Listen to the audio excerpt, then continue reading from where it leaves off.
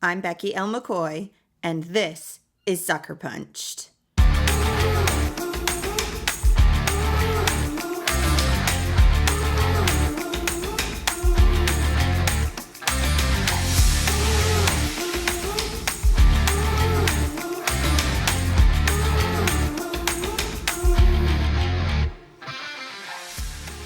Hey friends, I am so excited to bring you a new episode. Finally, it's been a huge break for me, and I don't necessarily love going this long in between episodes, but I think it's been really awesome. If you are curious why the name of the podcast has changed, you can check out the episode before this one. It's called We're Back, and it just goes through some of the thought process of changing the name and stuff. But without further ado, today I am talking with Leah Heffner.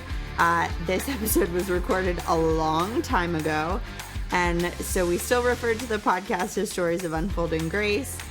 Leah's book and her husband's book have been out for a while. In fact, they just had a baby yesterday morning, and she's talking about being pregnant in the episode.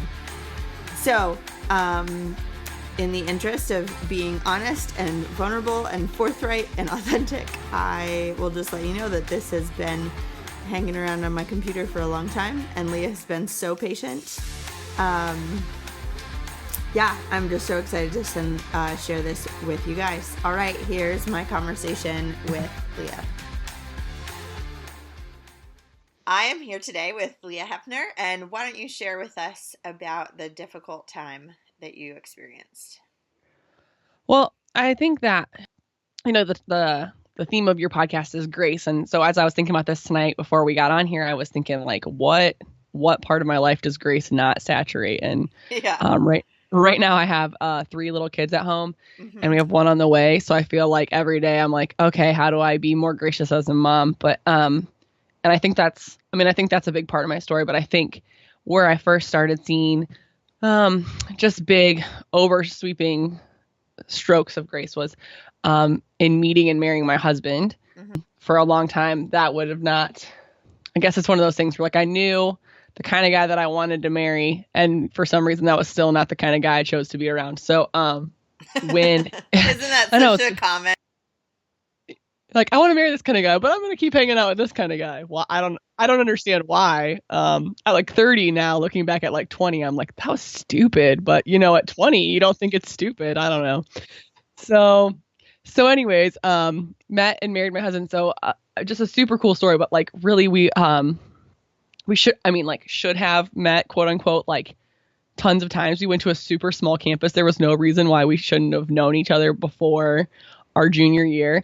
And then even when we did meet, I forgot him. Like, I did not know who he was. And he friended me on Facebook, and I was like, who is this? And he thought I was joking. So he was being like all funny, and he was like, oh, I'm your secret admirer. I was like, oh, I have a secret admirer. He's like, yeah, it's the hanger guy, which is, how I met him was by making fun of his closet hangers. So, of course, because that's how all people meet each other.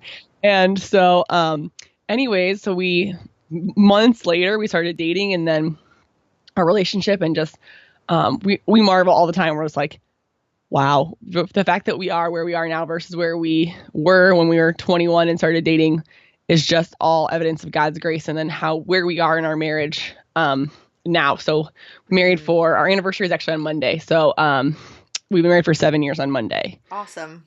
Been together almost a decade. So that's where I see like the biggest.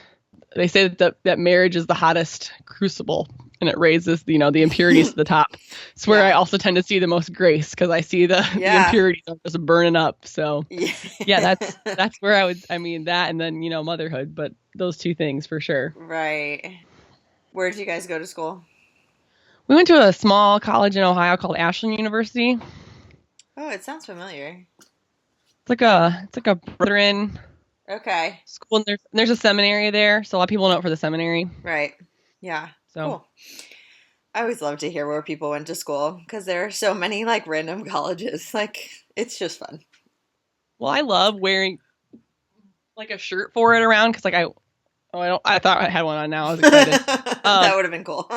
I've worn one in like an airport before, and like on the one day in the airport, 5 different people came up to me and they're like, oh, like Ashland, Oregon? Oh, Ashland, Kentucky? Oh, Ashland, Nebraska? And I'm like, no. And then I like looked it up and there's like an Ashland in almost every state. every and state. a surprising number of them have like schools or universities. So I'm like, Right. all right, cool. Yeah. I get it. My husband went to Wheaton outside of Yeah. Chicago, but there's also a small private school called Wheaton College in Massachusetts. Oh, I did not know that. And so depending on what part of the country I'm in, when you say Wheaton, it means something totally different. Totally different, They're right? like polar opposites of schools, so it's pretty funny. That's awesome. I did not know that there was 2 Wheatons. Okay, good information to have. Yeah. Perfect. Yeah, and their school colors and everything are very similar, so it's very confusing. Oh, awesome. You'd think someone would have thought that through, but they didn't have the internet then, so they probably didn't like Google themselves first. Like we all Google ourselves. We're like, oh, this thing I want to do. Let me Google that. No, they didn't have that. So I guess background checking was a little different. So how do you react emotionally when you have issues in marriage, when you have conflict, or when you guys have to kind of figure out how to deal with hard things together? Okay, so like when we first got married, I picked up a book because I was like, I'm going to be really good at this. So I'm going to read all the books I'm supposed to read. That's awesome. Because that's totally like it's like totally not my personality type, but somehow I was like, I'm doing this thing. That's what's going to make it work. This was going to make this marriage work. So I picked up a book, and in the book, it suggested that the more mature person should always go to the other person to start the apology process. And I laughed out loud. Yeah. And I looked at my husband, who I love so much, and I said, I am never going to come to you for an apology if this is what we're supposed to do, because you and I both know that you are the more mature person in this relationship. And he laughed because he thought I was joking, and I laughed because I knew I wasn't joking. And right. I was like, okay, but then there was something about the book that really, we listened to a bunch of sermons on marriage, and we listened to just tons of stuff. Yeah. And there was something in it that he was like, this really stands out to me. And it was specifically about the being intentionally respectful to your husband. And I don't think that I was intentionally disrespectful to my husband, but I don't think that I wasn't realizing the ways that, like, just being like a guy, he perceives things differently. I took this as like a full on assignment. Like, I'm just going to learn all the things there are to learn about this, and that will, make everything perfect and great and wonderful. Right. So, and I would say that was like, when you're working on it and working through it, there's obviously days where you're like, this is not working, but it's like days. Mm-hmm. Or it's like, okay, this same conversation that we've had 100 times about leaving the socks on the living room carpet is not going to change ever, no matter how I say it. Right. For the record, 7 years in, there's no more socks on the living room carpet. So something has obviously changed. That's kind of like a miracle. I don't know what it is. I don't know what the secret weapon was, but here it is. That goes under miracle category. Yeah. That was over there. So, so we had these same conversations, and we could get to the point where we'd almost have it different, and we'd still end up in the same spot or whatever for a long time.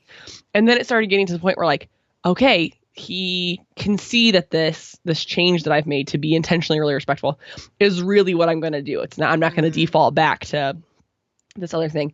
And so that we could build on a foundation of that. What was really great that we had that foundation, especially early in our marriage, was because my son's 3. So 5 years ago, we started we had like the craziest 2-year season. Just ever.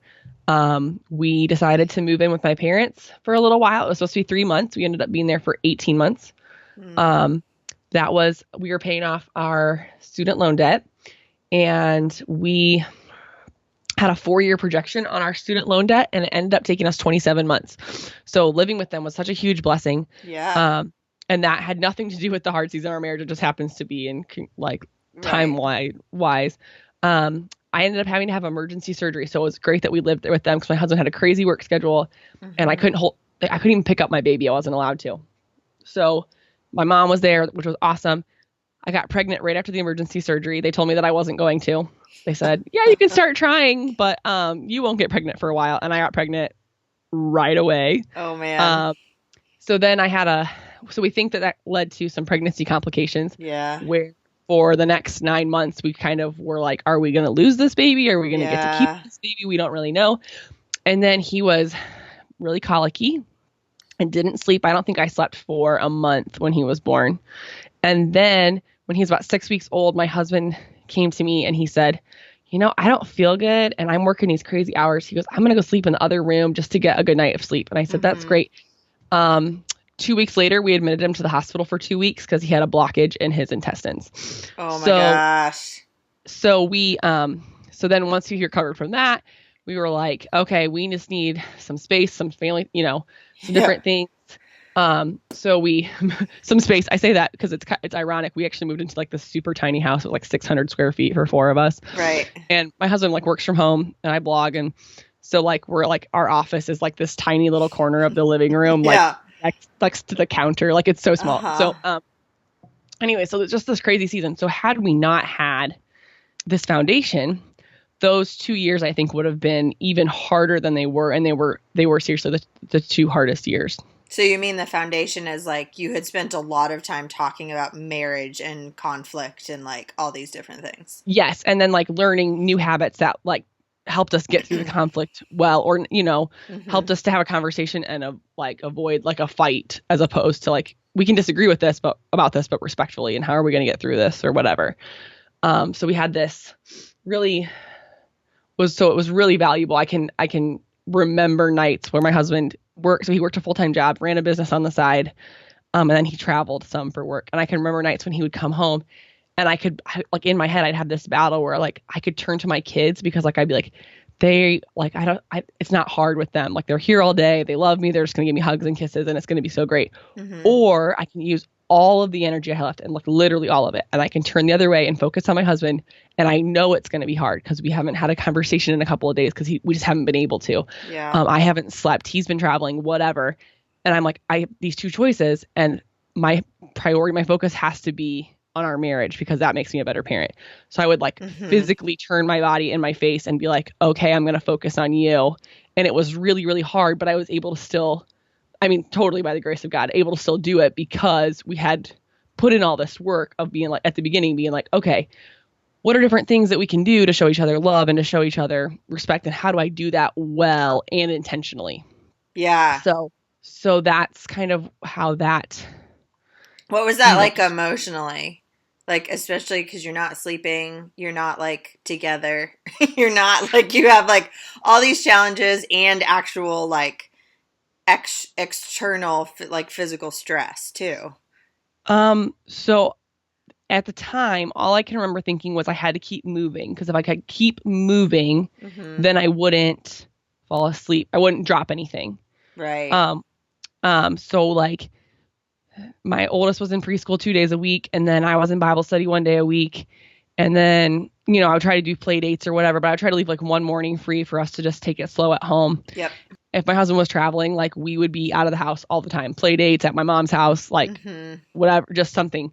And then like before, like 2 hours before his plane would land, I'd be like, okay, guys, we're doing the dishes and we're doing the laundry. Yeah. We're doing this. Go.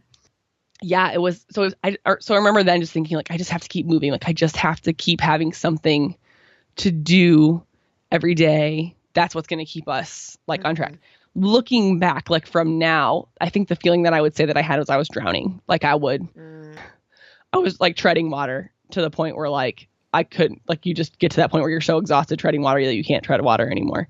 And I would say that was mostly mental and physical. Mental and emotional. Like I had reached my mental and emotional capacity because I wasn't sleeping. Right.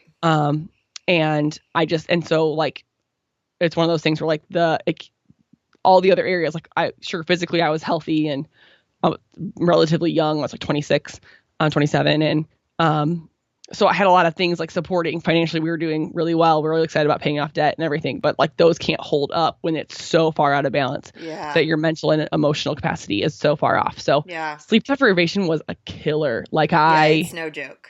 There's a reason why they use it as a torture method, I'm sure, because like it's effective. Let me tell you. I don't know. I love Burn Notice because I love how he like trains you to be a spy while you're watching the show. Right. Like in the last season when like they're sleep depriving him, I'm like, man, I feel you. Yeah, a lot of empathy. I'm so sorry, man. I'm so sorry. I could not be a spy. Yeah. Good to know. So looking back, do you feel like you handled the situation well, or do you see ways that you could have handled it better, or is it kind of doesn't really matter at this point? I mean, like, I don't know that there was anything I could have handled better at the time. I think so. Here's one thing that was a saving grace for me. And that was like that my daughter was totally at the age, she's my oldest, so she's 5 now. She was like 3 at the time. And she started preschool. And like all these really well-meaning, but like super together people who I'm not, and even like in my best of times, I am not a together person. Like I am a hot mess person. Like that is just, that is me. Yeah. They would be like, so is she going to take gymnastics or ballet or piano or violin or clogging? And I'm like, all the things. I cannot. I usually just laugh at that point. I'm like, I just remember being like, just thinking to myself, like, how would I even do something else? Yeah. So I like sat down at my computer and I was like resolved to like find something that she could do that would be fun for her, but that like I would not like lose my mind over. Yeah. And like a friend of mine had just told me, we went to a pretty small church, and a friend of mine had just told me about the church that she was going to. And she's like, they have Wednesday night Bible studies and they have childcare, so you can go to the Bible study. Beautiful. And I was like, oh. So I thought in my head, you know, like we would all go as a family, which was, I mean, just ridiculous. Like it just wasn't going to happen with my husband's work schedule. Like I just don't know why I was like, yeah, we're going to do this. Perfect. Yeah. It's going to make everything so great. So, but I looked at it and they had also offered a Wednesday morning one with, like I said, with childcare. And I remember going to my husband and I was like, what do you think about me doing this thing? And he's like, well, where do the kids go? And I said, well, the kids go to childcare. And he was like, okay. And I said, and I could have prepared like a PowerPoint presentation on this. I was like, this is why it's good for the kids. And this is why it's good for me. And he was just like, okay. Great. And I was like, oh. So like in my head, I felt like continually the need to justify this to other people. Like I go to Bible study on Wednesdays, but really the childcare is so fantastic that the kids love it. But really I'll just be honest. I went for myself. Like I was like, went for this thing. Yeah. Like my kids totally did love it. Like, don't get me wrong. And you had asked like before, like if, if someone grabbed you by the shoulders and was like, hey, I remember feeling like I was this super messy, super disheveled person coming into Bible study every week that everyone kind of just looked at like, oh, that's poor sweetie. But like, they didn't just look at me like that poor sweetie. They were like, hey, come sit with us. Hey, the childcare people, like they like heard my son crying and I was like, no, I'll just take him with me. He doesn't like to sleep on anyone else. He's going to cry. And they're like, that's okay. That's why we have people here to hold him while he cries. And I'm like, okay. Game changer. Yeah. I mean, are you sure? And I can remember one time I had not slept all night and he did not sleep through the night until he was like 10 months. I mean, not even close to through the night until he was like 10 months old. Yeah. You're still up like 4 and 5 times a night. And I think like at 10 months old, we finally got down to like 2 times a night. So I finally felt like I was resting at some point. Right. And I remember like 10 months old, he had like a regression and we were like up. I slept an hour and I walk into Bible study the next morning and I sign them up for their childcare and I walk into my room and I just put my head down and I was like, I don't think I said a word to anyone. My head was down. My face was down. Yeah. And somebody was like, I usually wore him like in a baby carrier. And they said, oh, where's your kangaroo baby this morning? And I looked up and they just looked at my face and they're like, okay, are you doing okay? And I'm like, I'm so tired. And I was like, and I almost didn't come today. And they're like, no, we're so glad that you did. They're like, it is okay. Like you get 2 hours, like it's okay. And I was like, okay. Yeah. Okay. So I think absolutely I did the best that I could during that time. I had a great support system. Like we had some really good friends who were in a similar situation to us. So like her and I our husbands worked crazy hours and a lot. And we had our kids were the same age. She and I were able to spend a lot of time together. My parents were really close. My mom, like if I was like, yeah, I'm not cooking today. Hey mom, what's for dinner over at your house? We're coming over. Yeah. Or really one of those days every week was that I would go over to my mom's house and she would record some shows on her DVR for us and her and I would watch shows, but then I wasn't like on point all day long. Like she'd be like, oh, I'll take the kids to the playground. I'll be like, oh, okay, great. I'm going to sit on the couch like this. See ya. We talk about living bravely a lot on this podcast. And I think it's really important to realize that we all have the opportunities to live bravely, because living bravely is not doing like some huge heroic act of noble courage, or climbing a mountain that only 0.5% of the population will ever do. It's a lot different, a lot more simple, and there are opportunities to live bravely in every day. So if you are not sure how brave you really are, you can actually take my quiz. Isn't that awesome? I love quizzes. So just head to beckylmccoy.com/quiz, and you'll find out how brave you really are, and if you want to take some steps to living more bravely, there's an opportunity for you to sign up for a free course at the end of the quiz. So I really encourage you to do that. And plus, it's fun. Like, who doesn't love taking a quiz? You hear on all the podcasts that it's really important to subscribe, rate, and review, and this is no different. So sorry, but I'm going to ask you to do it too. Here's why. When you subscribe to a podcast, you'll get a notification when there's a new episode, which is awesome, because then you don't have to go in and look to see if your favorite shows have any new episodes. So anytime there's a new Sucker Punched episode, if you're subscribed in whichever app you listen to your podcasts, you'll get a notification, which is really fun. And it's also really helpful for me to be able to say, hey, this is how many people are subscribed to my show. Like, people are really interested in this material, and that helps to get sponsors for live events and things like that. When you rate and review Sucker Punched, it helps other people to find the podcast. So they might stumble onto it on iTunes. And I actually get quite a few people who just stumble onto it on iTunes. They want to know what the show is really like. They can read what I wrote, but isn't it so much more helpful? Like, when you go on Amazon, you really want to read the customer reviews. So rating and reviewing a podcast is like leaving a customer review. And I know it's really helpful for me if I'm looking at new podcasts, and I'm sure it's really helpful for you too. So if you could subscribe, rate, and review Sucker Punched, I will love you forever. The last thing I wanted to tell you about was this really great resource. So many of you have sent me emails and said, I'm going through this really challenging moment in my life. What do I do next? How do I handle this emotionally and mentally, because I kind of feel like I'm drowning?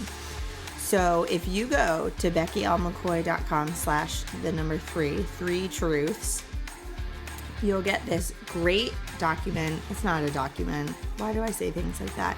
It's a printable. So you just print it out, you hang it on your wall, and it is 3 truths and a lie for moments in life when everything is ridiculously hard. So it's actually called 3 Truths and a Lie for when life is ridiculously hard.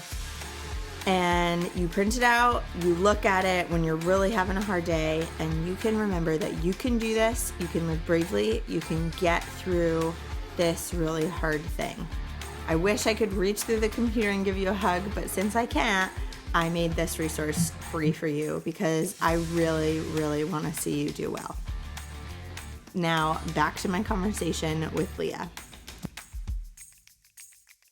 So you started to share some of the good things that happened during this really hard season. So you talked about good things that happened. So I use this definition of grace as good things that happened during hard times. And you talked about good things that happened for like you and the kids in your daily, like day-to-day life. Talk a little bit about some of the good things that happened for you and your husband and dealing with the stress between the two of you. Well, I'm very mature, as I said before. So obviously I was handling this all really, really well. And I was getting to a point where I was like really complaining a lot, and I work really hard not to be a nag. So nagging was not something I was doing, but I was complaining right. Oh, you wouldn't believe the kids today, da da da da in the house, and da da da da. And my husband is he has got to be the most patient person on the planet. He's just so and he's so calm and so just whatever. I mean, he looked me right in the face in the middle of one of my tirades, and he goes, "So what's something good that happened today?" And I seriously could have I could have broken something in my bare hands. I was like, "I'm sorry, what?" And he was like, "No, just what's something good that happened today?" And I was like, "No, That's not what but we're doing." he did this every day for like the next week. Asked me every single day, "Tell me something good that happened today." Wow. And I was like, and so like one day finally I was like, I'm going to be prepared for him. Like I'm going to say my good thing first, and then I'm going to be able to complain all I want because I said my good thing. Right. And so I was like, here's my good thing. And then, blah, blah, blah, blah, and he's like, hey, so what if we like focused on more of the good stuff that happens in our day? And I was like, okay, I guess we could do that. If you say I so. suppose. Yeah. And so, and it's not like, I mean, I say this to people and like everyone looks at me like, yeah, I'm sure that really impacted your marriage. Like, cause like everyone's read or heard of 1,000 gifts, and like the act of making a list of things that you're thankful for, big things, small things, whatever. Right. I had worked on learning how to be respectful in my marriage. So I had like learned that like, hey, telling him thank you for things that he does is really impactful. We had done the love languages assessments. We had done them we had not done them. We had guessed what our love languages were at this point and gone through all these things. So like I knew it was impactful, and I knew that there was like this really important thing, but I couldn't seem to apply it to the person that I felt like should understand where all the problems were coming from. Mm-hmm. And they weren't coming from one source. Like I said, we had all of stress, things going on. Yeah. And like he couldn't fix the sleep deprivation. I mean, he could get up with the baby, absolutely. And he did. But you can't fix that much sleep that you've missed. Like not even close. So there was no, and then like everything else, I mean, wasn't terrible. Everything else just felt smaller, hard. His working a lot felt really hard, and I probably blamed him a lot for that, like internally. So we did this little thing, like he started asking me every day, and so like it just, and then like as God likes to do, like all of these things just kind of started falling into place. Somebody at my Bible study was like, I memorized scripture, and this is the very first Bible verse that I memorized, and it was, do everything without grumbling and do not complain as some of them did and were therefore killed by the destroying angel. And I was like, all right, yeah, that's a good one. I'm going to put that up above my sink and just look at that, remind myself of killed by the destroying angel. Right. So then we just turned this into this, like, every day we'd come home and talk about the good things about our day. And it changed the focus a lot of like complaining about all the, little kids at home is no joke. Right. There's a lot of hard things that go on, but there's a lot of really awesome things that happen all day. And then there's the hard things that you actually need to talk about versus the things that you just want to vent about. Right. And so it was sorting those into two categories. Okay. Our son peed behind the refrigerator. He didn't actually do this. That's an actual problem. I would not have doubted that happened. I have a boy. He couldn't get behind the refrigerator. Like that's probably okay. The effort may have been made. Right. It may have happened had there been able to get behind the refrigerator. There's hard things you actually have to talk about, but there's so many good things that cover all those things. And like, there's actually a marriage researcher whose name is John Gottman, and he says that in your marriage that you have to have 5 positive interactions for every 1 negative interaction just to maintain the level that you're at. Yep. I did not know this at the time. I can see how it's very, very true. So then crazy enough, because I'm a blogger and I blog about marriage, because why would, obviously. So at the end of this season, it was coming around Thanksgiving, and I had like seen, a million people already posting like, Day 1 of November, I'm thankful for my husband. Day 2, I'm thankful for my kids. Yeah. And I was like, that's awesome. But what if I took that whole idea and I focused it just on my husband? And instead of like looking up things that like I'm thankful for about my husband, I looked up like biblical qualities about him. And I said, I see these, or I see them growing, or I'm going to pray them for you because I trust God with this. And we're going to do this.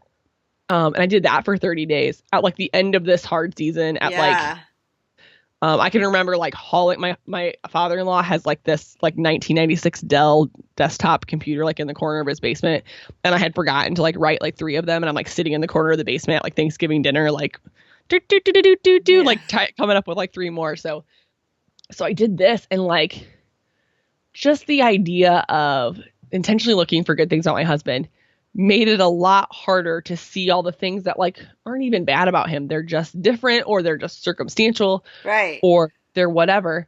And so it was just really crazy, really impactful, but really, really changed how we had been during this season of like, just by time, like we just didn't have a lot of time to spend together.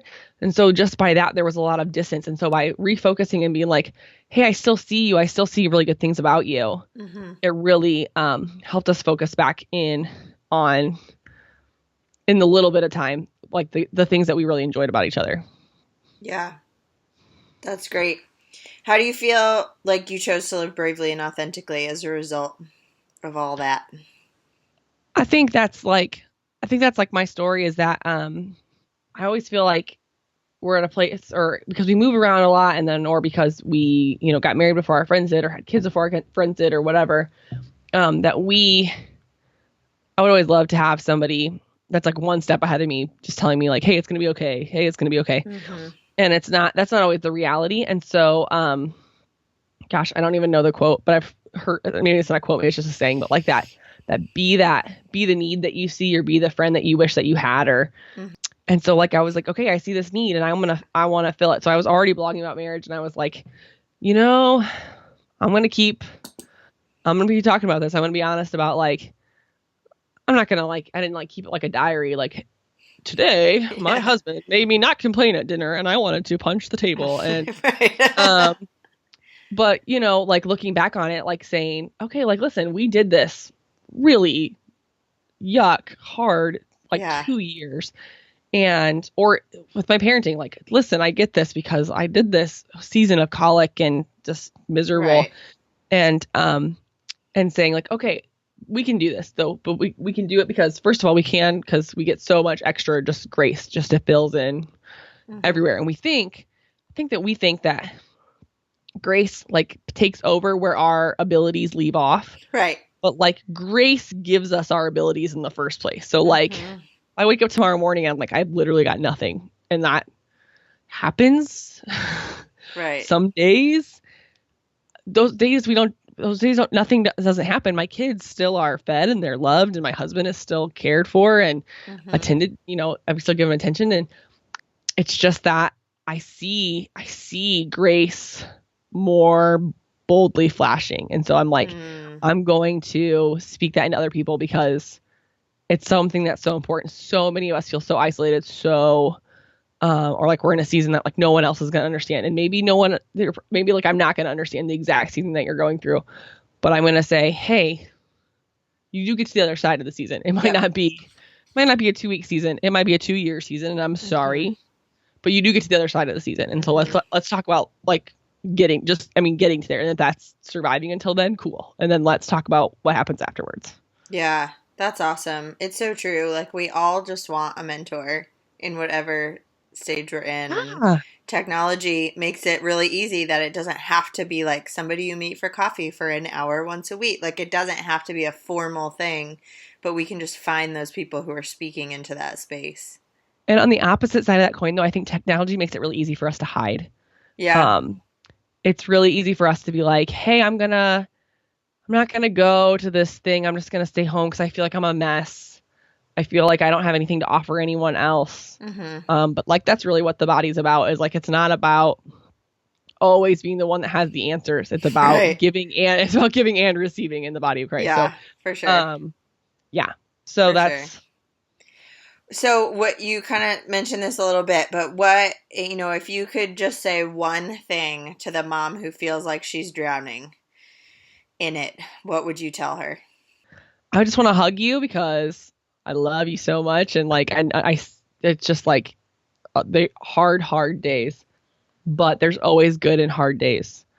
I'll just share the story. While my husband was in the hospital with his for 2 weeks while we had a newborn, I was driving back and forth to the hospital in between breastfeedings and like when my mom could watch, while my mom was watching the baby.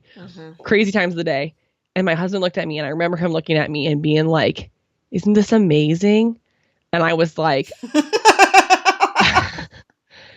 "Honey, I don't know. You're going to have to give me something more than that." And he was like, "People have been praying for me for years to be healed."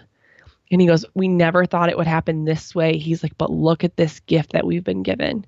And his obstruction was all in one spot. They were able to remove it. It removed all of his Crohn's disease all in one surgery. Holy cow. That's not normal. That's not what normally happens.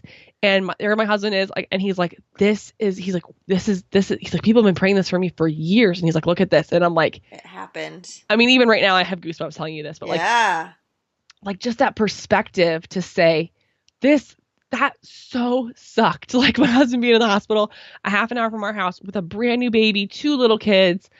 It sucked, but there was really beautiful things in it. So drowning mom, I'm not going to throw a weight on you. I'm not going to be like, this is the 97 things that you should be doing. Right. Here, look around.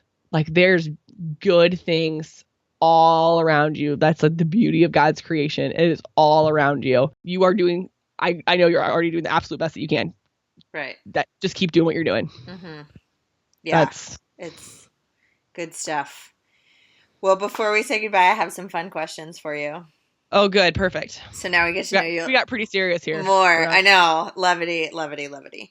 But thank you for sharing all of that, because I think we can all point to a point in our 20s that was like, that sucked. That was terrible. Like the worst. Yeah, I don't think there's anyone that ever made it through their 20s without having a really, really dark period, and to be able to just be so vulnerable about it is awesome. Oh wow. So. I like, seriously, this is my thing. I'm like, okay, listen, I love being honest, and I hope that like God uses it. I hope I never like say something that like makes it sound not what I don't know, not like it's easy or like I have all the answers, because oh my gosh, I don't have all the answers. Yeah. What are you loving right now? Okay, so I'm super loving. My 5-year-old is like independently reading. I mean, not like everything, but she picks up a book and she's like, "Mom, I'm going to read this to you." And I'm like, "That's this awesome. Is my jam. This is my happy place." Yeah. Yeah. So I'm super loving that. And she's super into chapter books. So we just finished all of the Little House on the Prairie series, and she wants to start it again. So she's like, "Mom, I never want to read another chapter book ever. I just want to read Laura Ingalls for the rest of my life." And I'm like, "Okay, but listen, you're missing out on a lot of things. So we're going to start exploring some other options." Yeah. My 3-year-old is not, I mean, he's not a 3-year-old in any sense of the word. He's such a little man that it's so hard to believe that he's 3, but he still sounds 3. Like he's still got his like funny L's and his like cute baby voice, but his vocabulary is like enormous. So it's like a grown man talking through like this little baby voice, and it's like every day we stop and we're like, this is the best. Yeah. Our current baby, she's 16 months. I'm pregnant, so that's why I say our current baby. Right.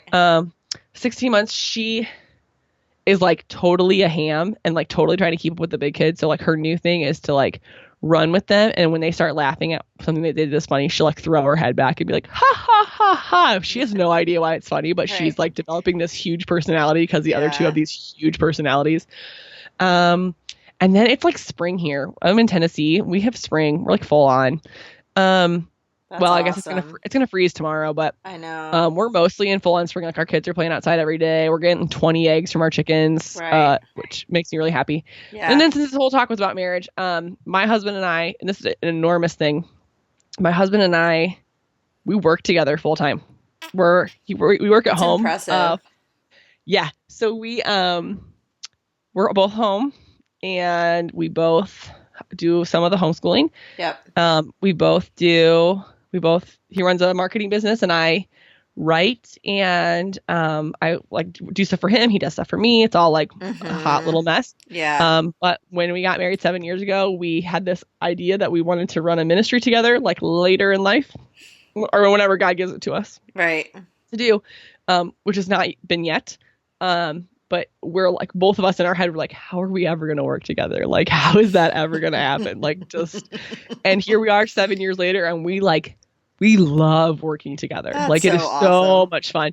So we're like, and I think every day we look at each other and we're like, we get to do this together. This is the best. Oh my goodness. Seriously, before I came on your podcast, he high-fived me. He was like, get it, girl. And Yeah, that's awesome. Yeah.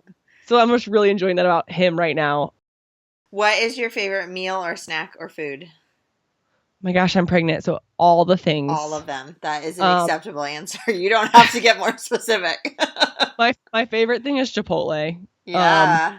And I read an extensive BuzzFeed article on how to get the most food in your Chipotle. Oh. Out of your Chipotle experience for the least amount of money. We're going to have to find that. And I follow it pretty faithfully every time I go. Yeah. Yeah, and then I like, at the end, I'm like, and then just put as much lettuce on top as there's room for. And there's room for like 4 sprigs of lettuce because it's just like overflowing. Right. Cool. So, but Chipotle is definitely my favorite food. This pregnancy has been weird because typically in any pregnancy, I have like this really like thing I'm craving. Mm-hmm. And this pregnancy, I am not, almost nothing sounds good is actually the problem. So like by the end of the day, I'm like, just make some food. I'll eat it, whatever. Yeah, I don't care. It'll be fine. Yeah. What are you doing to take care of yourself? Well, I joined a gym, which is hilarious because if you have not ever met me in my life, I am not a gym person. They built us like a brand new rec center in college, and I went like 2 times. I was like, oh, look, I'm here. Okay, I'm never coming back. Bye. Yeah, we're good. I played volleyball forever, so like I never had to work out outside of volleyball practice, and then I coached volleyball until we had kids. And so like now I'm like 6 years into like not coaching volleyball. My husband said, sweetheart, like, it might be a little while before you go back to coaching volleyball. Maybe you might be interested in joining a gym. And I was like, I don't want to join a gym, but can I tell you, I love it because I get to go in the car by myself. Yep.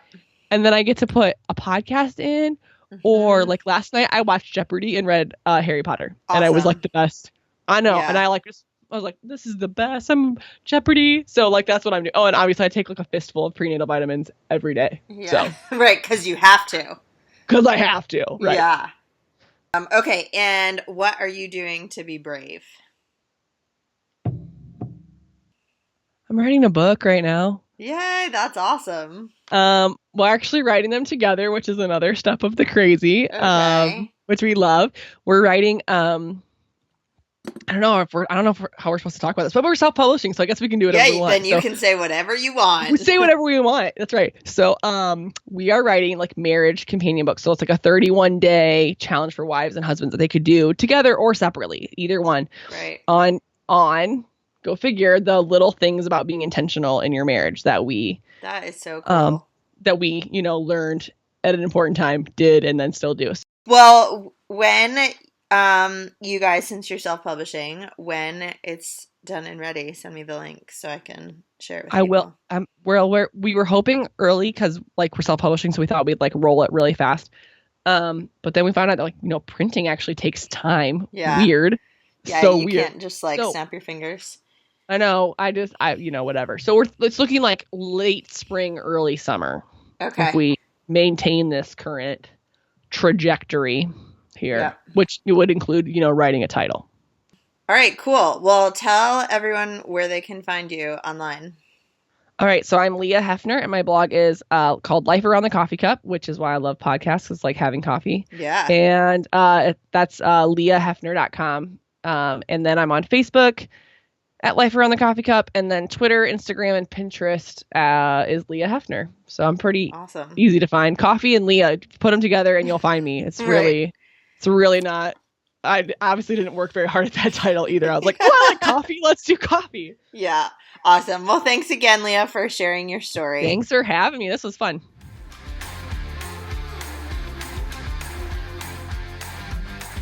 This is one of those episodes that I feel like I come away with something different every time I listen to it.